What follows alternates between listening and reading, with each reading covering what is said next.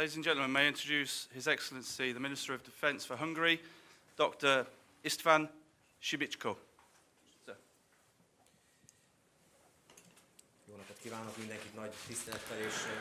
Good morning, ladies and gentlemen. Allow me to extend my most heartfelt welcome to all of you here on this occasion.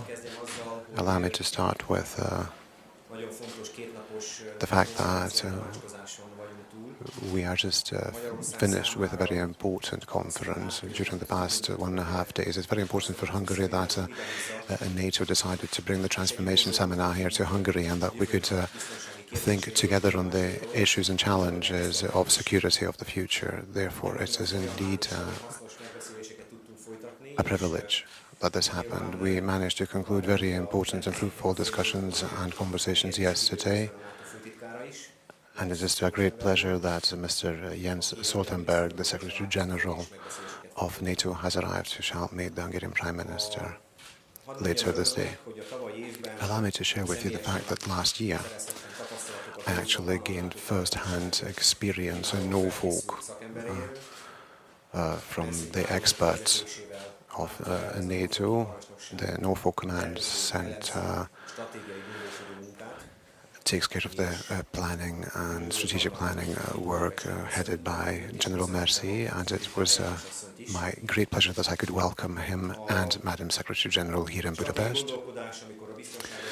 Strategic thinking, when we're talking about security, is of utmost importance, key importance, if you like, and we people are aware of the fact that it's a great thing indeed if we are capable of identifying the challenges of today and the dangers that threaten our citizens, our countries and our homeland.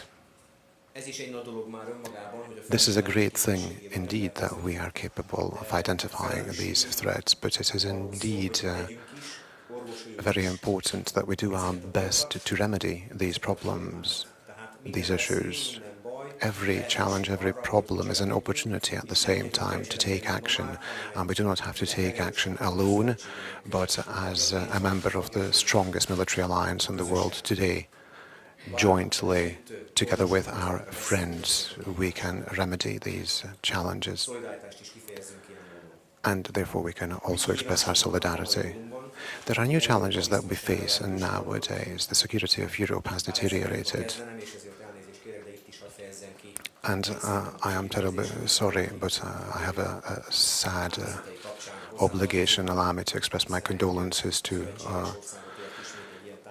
the victims of London, since one of our allied countries was under attack just yesterday. This also sheds light on the fact that we have to sacrifice more and we have to give more in order to ensure our security. We have to take care of formulating capacities that do not only provide a solution and an answer to today's challenges, but also the challenges of the future. And that is why it is very important for us to enter into cooperation with the commanders and experts of NATO who actually do think about the challenges of the future. That is why it is of utmost importance and significance that Budapest could host this seminar. We Hungarians are committed when it comes to our NATO membership. I have already mentioned that we believe it is very important to increase our defense budget. We have financial plans set out in order to achieve the 2% GDP defense budget. This does not mean that we spend more alone, but as Madam Deputy Secretary General mentioned, we'd like to spend it better, more efficiently on development, because it is an expectation on behalf of NATO that the internal structure of the expenses, the costs, 20% thereof should be spent on development of capacities. As of this year, 2017, in our budget, 20% shall be allocated on development. Hungary shall initiate a military development program. This is the Zrínyi 2026 development program, which is a comprehensive development program, which has numerous very important elements, within which we shall do our best to provide solutions for the challenges of the future. Our objectives therefore fall in with the objectives of NATO. We do our best to create the capacities that we have to undertake within NATO, and of course we will also take care of the defense and security of Hungary, since the strength of NATO depends on is rather the strength of the national army's defense forces. And if we develop them accordingly, then jointly we will be able to manage the challenges of the future adequately. We are committed to that task, and we shall undertake that role, fulfill that role, and we shall further participate in international missions, Afghanistan and Iraq, and every important decision formulated in NATO we shall completely fulfill. Thank you very much. Ladies and gentlemen, it's my pleasure to introduce the Supreme Allied Commander Transformation, General Denny Mercier. Thank you, ladies and gentlemen. And first, allow me to join Minister Simicskó and address my deep condolences to our British friends and to the families of the people who have been killed and to those who have been injured in the terrorist attack that happened in London yesterday. This reminds us of our commitment to address all challenges that may affect our security, which was in fact the purpose of this seminar. And I would like first to recognize the huge commitment from Hungary and from Mr. Simicskó, from General Benko, and all the team here that made this event a success. We receive a huge support from Hungary in this beautiful city of Budapest, and it set really the scene for a useful discussion that we have had during these 2 days.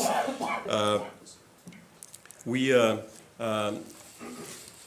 an alliance that is able to stop sometimes and to leave our political and our military leaders out of their normal walls and to gather in another place here in Budapest and take time to think about the future, to think about of adaptation, to think out of the box. And this is really a good sign for our alliance.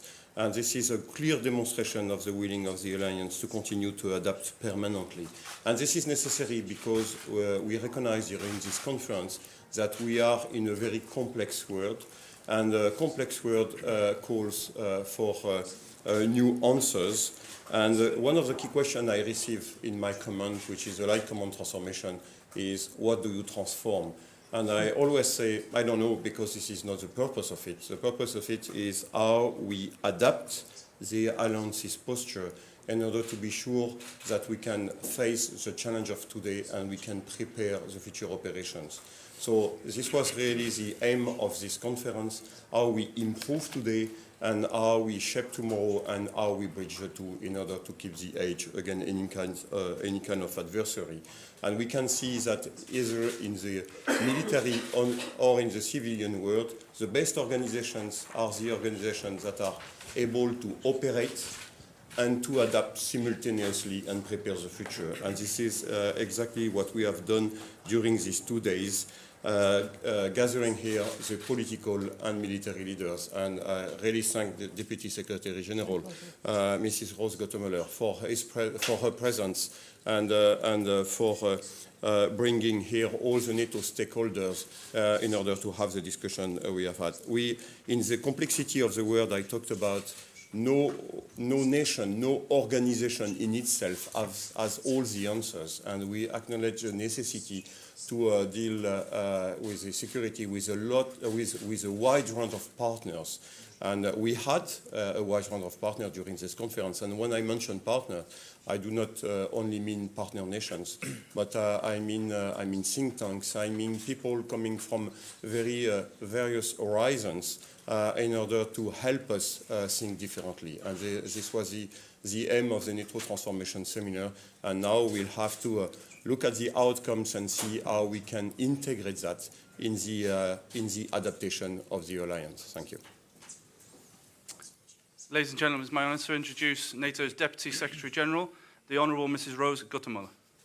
Thank you very much, and thank you, Minister Simicskó and General Mercier, for having me join you on this distinguished podium. It's a great pleasure to be here this morning and in this most beautiful city. My colleague, General Mercier, has already referred to the beauty of Budapest, but I also just cannot get over the spring weather, so that's been very welcome after a gray winter in Brussels. And thank you very much for arranging that, Minister Simicskó. It's terrific. In any event, I will turn now to our serious topic. That is, I wanted to underscore that Hungary is a key ally with troops serving in NATO missions in Afghanistan and in Kosovo, and for that we are very grateful and appreciative. NATO is committed, Hungary is committed to our collective defense here in Europe, and NATO welcomes Hungary's commitment to further contribute to fair burden sharing within the alliance. General Mercier, I want to thank you for hosting this week's NATO Transformation Seminar. It was really a very rich and substantive discussion. At a time when we face serious and evolving challenges, it is vital that we do everything we can to stay ahead and maintain our edge. This conference will help us to achieve that goal. Today, we face a more assertive Russia, along with turmoil and terrorism coming from North Africa and the Middle East. As my two colleagues have already taken note, sadly, we saw terrorism manifest itself yesterday in the center of London, and we condemn those horrific acts. NATO is adapting and addressing those threats. In response, since 2014, we are facing up to the challenges of fighting terrorism, and we have also been implementing the largest reinforcement of our collective defense since the Cold War to address a newly assertive Russia. As we speak, multinational battle groups are deploying to Estonia, Latvia, Lithuania, and Poland, with contributions from 17 NATO allies, including the United States and Canada. At the same time, we remain committed to dialogue with Russia, and I do want to underscore this point. Last year, we held 3 meetings of the NATO-Russia Council, and we remain open to further meaningful dialogue with the Russian Federation. But to keep our nation safe, we also must engage the fight against terrorism and project stability beyond our borders.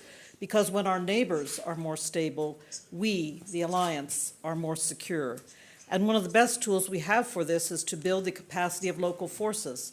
I wanted to underscore again the value of Hungary's contribution in Afghanistan, helping us to train Afghan forces to deny safe haven to international terrorists. We are also expanding the training of Iraqi officers to better fight ISIL. Every NATO ally is a member of the US-led Global Coalition Against ISIL, and NATO supports the coalition directly with its AWACS surveillance aircraft. So NATO must continue to adapt to a changing security environment, and all our efforts must be underpinned by adequate resources. In 2014, NATO allies restated their commitment to stop the cuts in defense spending, spend 2% of GDP on defense within a decade, and invest in major capabilities. Again, Minister Simicskó has already made a reference to Hungary's stepping up to these goals, and in particular, we welcome its commitment to spending 20% of its defense expenditures on major investment and development in this upcoming year. We have started to move in the right direction. In 2015, the cuts stopped, and last year, defense spending by Europe and Canada increased by 3.8% across the alliance, and that represents about a $10 billion increase. This is significant, and we must sustain that momentum going forward. This will be an important theme when NATO leaders meet together in Brussels on May 25th. The challenge we face, these are constant challenges, and NATO is adapting to meet those challenges. So I look forward to your questions and comments, and shall we proceed to open the floor? Thank you.